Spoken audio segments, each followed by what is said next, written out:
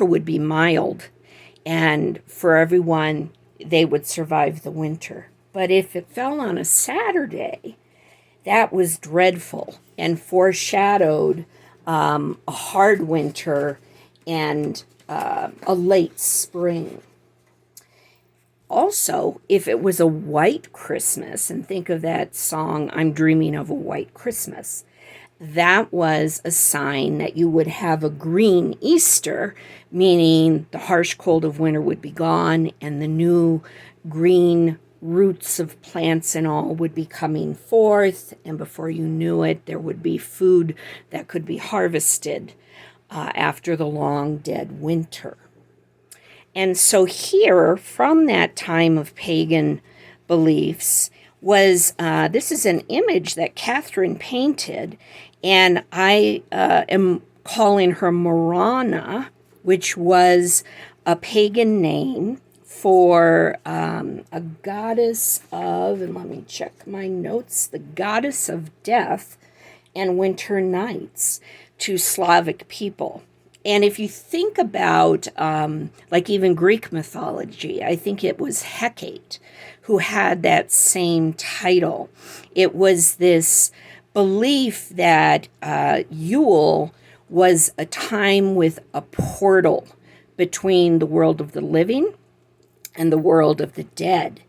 And so Morana was most present, or Hecate, at this time, as you had this chasm in the universe between life and death. And so here I've put her in this scene and the winter birds here around her.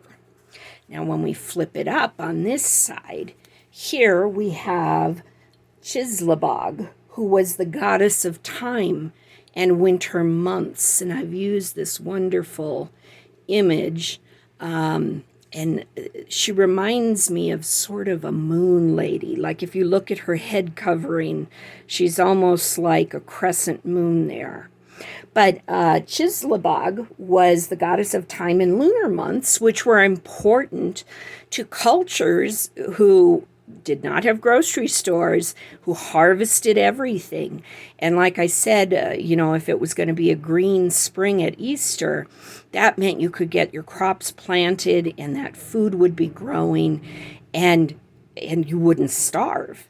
And so this goddess in pagan times was very important to show respect to and to recognize at winter, which was a time of images of ancestors, or some would call ghosts. Think of even Charles Dickens' A Christmas Carol, and you have the different ghosts visiting Scrooge, and a ghost of past and present and the future. That all ties back to this ancient tradition with this character like Chislabog, or whatever a particular culture's version was of this goddess of life and death and time. Here we have again another image of Santa that was painted by Catherine.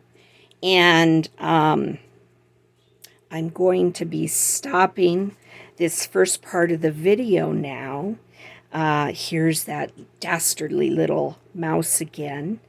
And I will be back with you soon with more tales of St. Nicholas, Santa Claus, and Christmastide.